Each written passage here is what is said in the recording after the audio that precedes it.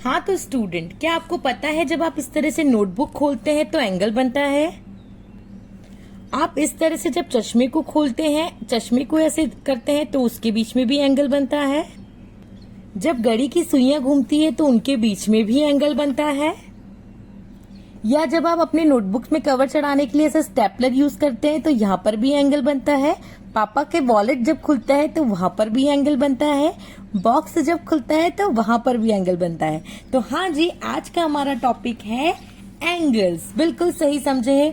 तो स्वागत है आपका शिव कोचिंग क्लासेस में, जहां मैं आपको पढ़ा रही हूँ क्लास 6 की जो मैथ की बुक है गणित प्रकाश, उसके हर एक चैप्टर को पार्ट वाइज ब्रेक करके हर एक टॉपिक को, हर एक पेज को, हर एक फिगर आउट के एक एक क्वेश्चन को बहुत अच्छे से, बहुत आसान तरीके से प्रॉपर आंसर्स को रिटर्न फॉर्म में देख करके आपको समझाया जा रहा है। तो चलिए शुरू करते हैं पार्ट 2। लेकिन इट्स माय सजेशन कि इस वीडियो को आपको एंड तक देखना है, और अगर अभी तक आपने पार्ट 1 नहीं देखा है तो please first go and watch them. So start करते हैं part 2। So part 2, angle. An angle is formed by two rays having a common starting point. Angle कैसे फॉर्म होता है? जैसे देखिए, जब दो रेज होती है, कल हमने रे पढ़ी थी ना कि रे का स्टार्टिंग पॉइंट होता है और रे कंटिन्यूअसली एक डायरेक्शन में मूव ऑन करती है। तो जब दो रे, उनके स्टार्ट होने का पॉइंट एक कॉमन पॉइंट हो तो वहां एंगल फॉर्म होता है। जैसे एक रे है यहाँ पे बी कौन सी है? एक रे है आपके पास यहाँ पे बी डी, और एक रे आपके पास यहाँ पे है बी ई। तो बी डी और बी ई दोनों की दोनों रे बी से शुरू हो रही है, तो इनका जो स्टार्टिंग पॉइंट है वो तो कॉमन है ना। तो यहाँ पे हमारा एंगल फॉर्म हो रहा है। एंगल कहाँ फॉर्म हो रहा है हमारा?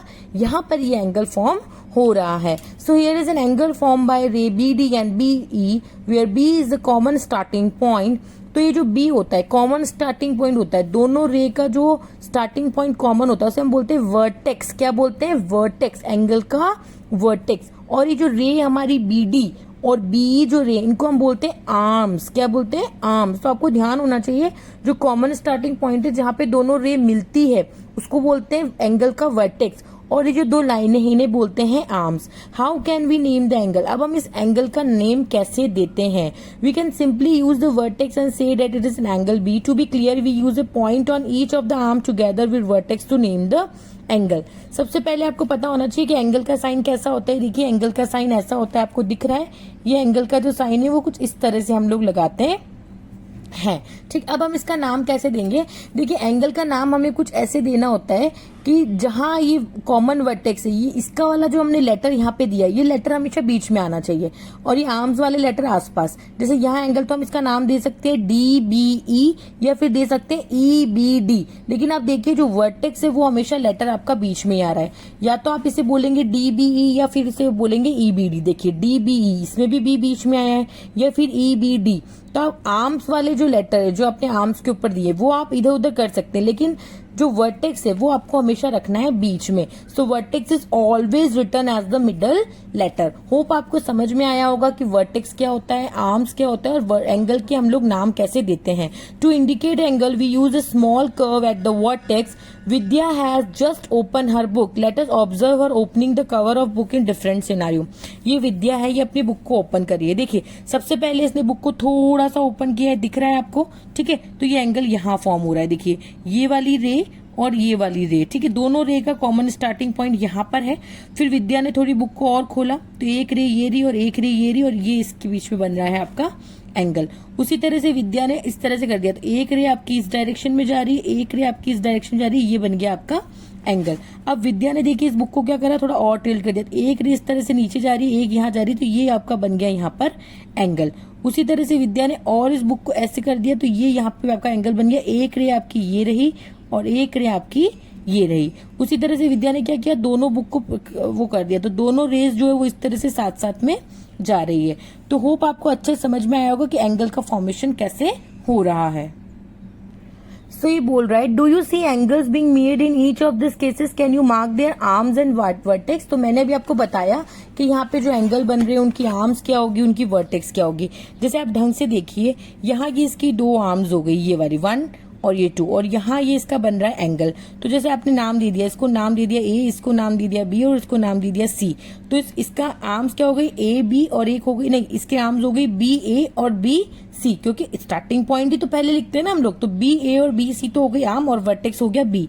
उसी तरह से यहाँ भी आप नाम दे सकते, जैसे मैंने इसका नाम दे दिया बी, ये हो गया ए और ये हो गया सी। तो बी ए तो हो गई आपकी एक हो गई आपकी ए बी। सॉरी, हमेशा आपको ये वाला लेटर पाएगा, क्योंकि जो कॉमन है, कॉमन जो आपका रे का स्टार्टिंग पॉइंट जो कॉमन, इसको पहले लिखें। तो एक तो हो गई ए बी और एक हो गई आपकी ए सी। उसी तरह से जैसे मैंने यहाँ पे नाम दे दिया ओ ए बी, तो एक तो हो गई ओ ए, क्योंकि ओ से शुरू हो रही है, ए की तरफ जा रही है। एक हो गई ओ बी, तो ओ ए और ओ बी तो हो गई आपकी रेज, और ये दोनों जहां मिल रही है वो कौन सा पॉइंट है, ओ। तो ओ हो गया आपका वर्टेक्स, ओ ए और ओ बी हो गई आपकी आर्म्स। उसी तरह से ए हो गया आपका वर्टेक्स, ए बी और ए सी हो गई आपकी arm.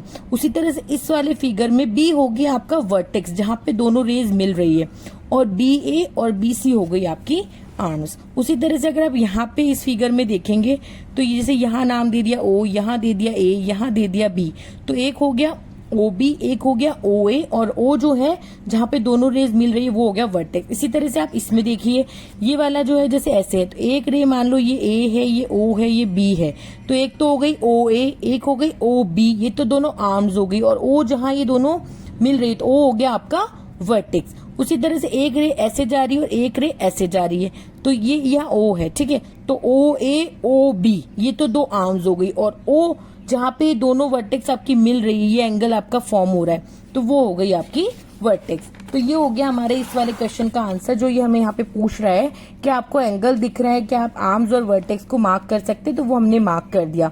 Which angle is greater. अब हमें सपोज करो दो एंगल दिए हुए हैं, तो हमें कैसे पता चलेगा कि कौन सा एंगल ग्रेटर है। सपोज मैं आपको इसे पेन से समझाती हूँ।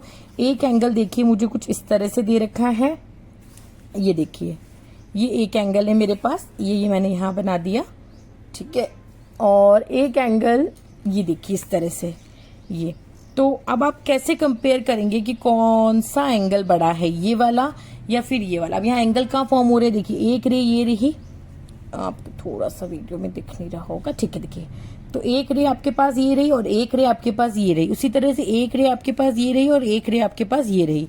दोनों यहाँ कॉमन स्टार्टिंग पॉइंट ये है, तो ये एक रे और ये एक रे, और ये यहाँ पे हमारा फॉर्म हो रहा है एंगल।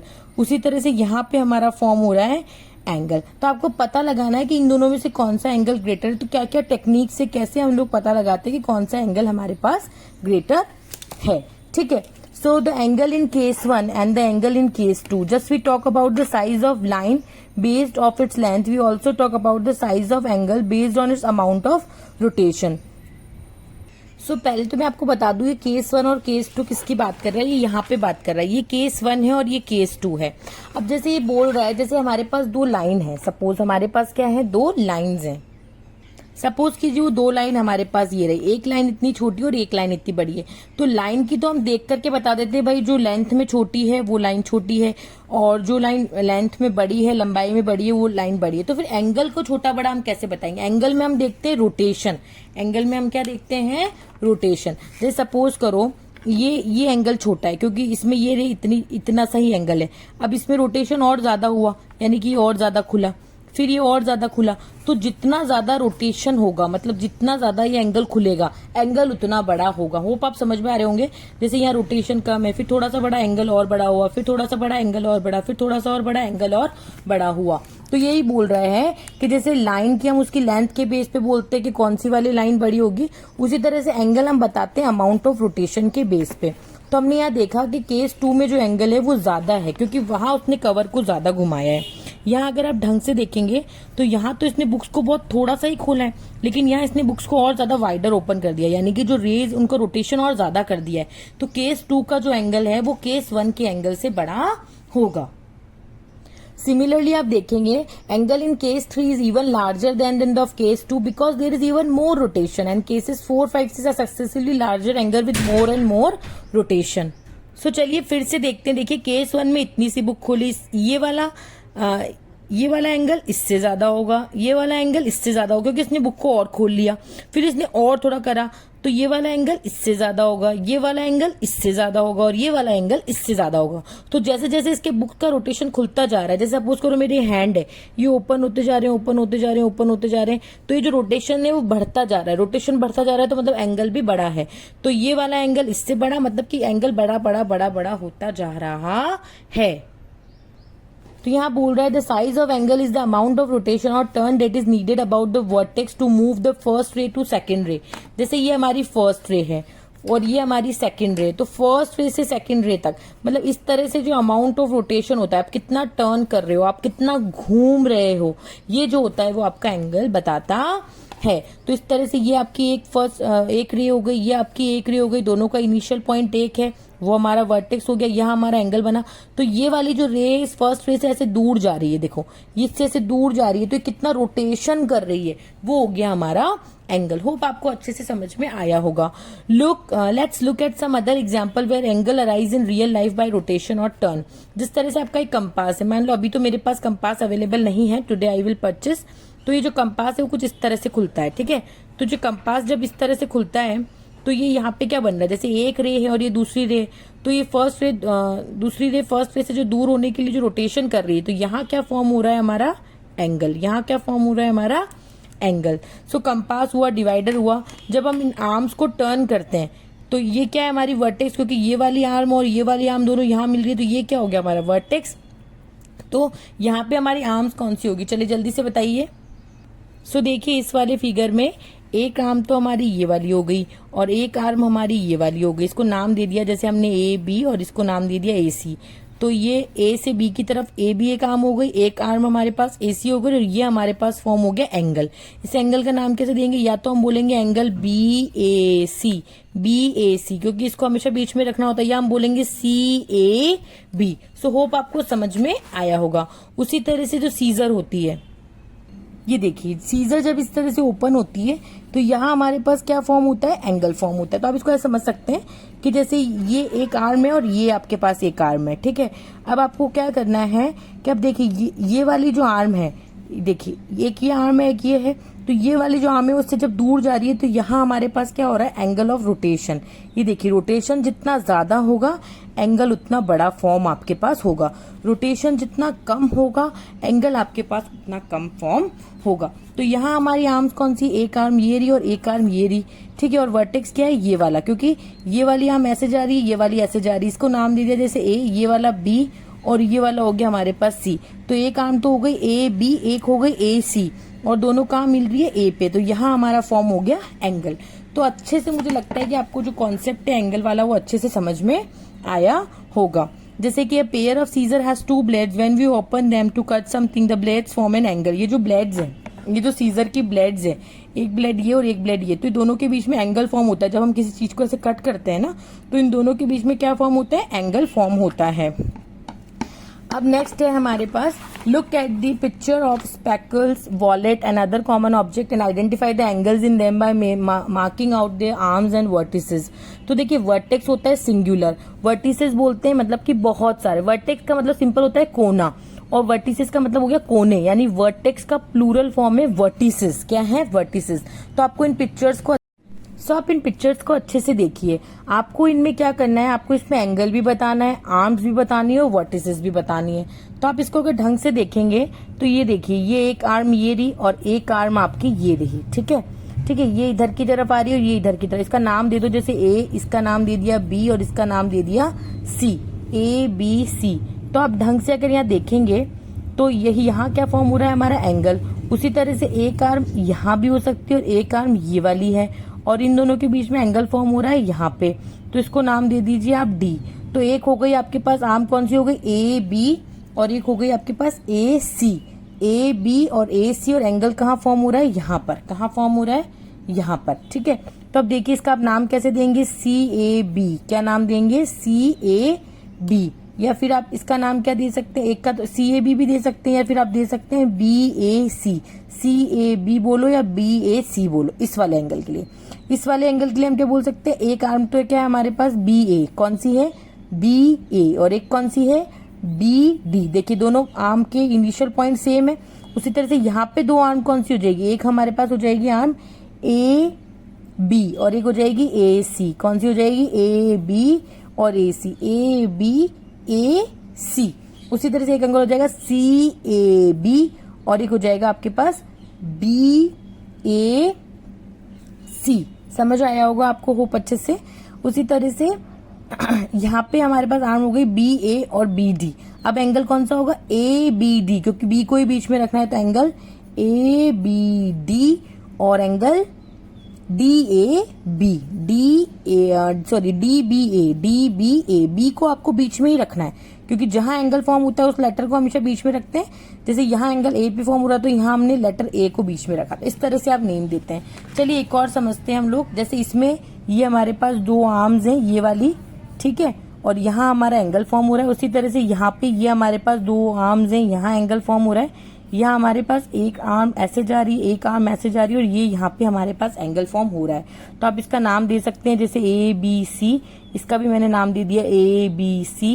ये हमारी दो आर्म्स है और इसका भी मैंने नाम दे दिया ए बी सी और ये दो आर्म्स। तो इसमें आर्म कौन सी हो गई, एक हो गई ए बी, एक हो गई ए सी, एक ए बी और ए सी। और एंगल का नाम क्या हो जाएगा, एंगल बी ए सी या फिर एंगल सी ए बी। देखिए ए को बीच में ही रखना पड़ेगा जहां एंगल फॉर्म हो रहा है।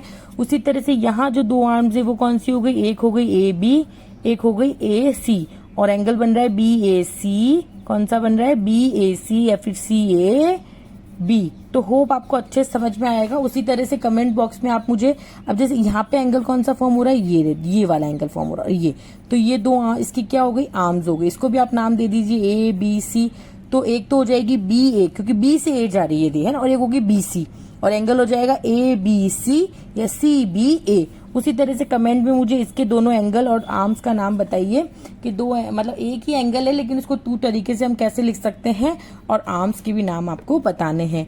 Do you see how this angles are form by turning one arm with respect to other. हम देख रहे हैं कि एक आर्म दूसरी आर्म से किस तरह से रोटेट हो रही है और एंगल का फॉर्मेशन हो रहा है। सो होप आपको अच्छे से ये चीज समझ में आई होगी। सो होप आपको मेरा वीडियो पसंद आया होगा। अगर आपको मेरा वीडियो पसंद आया है तो इसी तरह से नए नए कॉन्सेप्ट को बहुत अच्छे से समझने के लिए, बहुत आसान भाषा में समझने के लिए मेरे चैनल को सब्सक्राइब कीजिए, share with your friends and families. And मिलते हैं नेक्स्ट पार्ट 3 में जिसमें हम करेंगे ये जो पेज नंबर हमारा 19 है उस पे जो फिगर इट आउट है वो वाला कंप्लीट हम लोग करेंगे। और अगर आपको वीडियो पसंद आए तो प्लीज कमेंट बॉक्स में कीजिएगा अंडरस्टैंड कम्प्लीटली या फिर कमेंट कीजिएगा पार्ट 3, क्योंकि आपके कमेंट से, लाइक से, शेयर से हमें बहुत मोटिवेशन मिलता है वीडियो बनाने के लिए। तब तक के लिए bye bye, take care, thank you.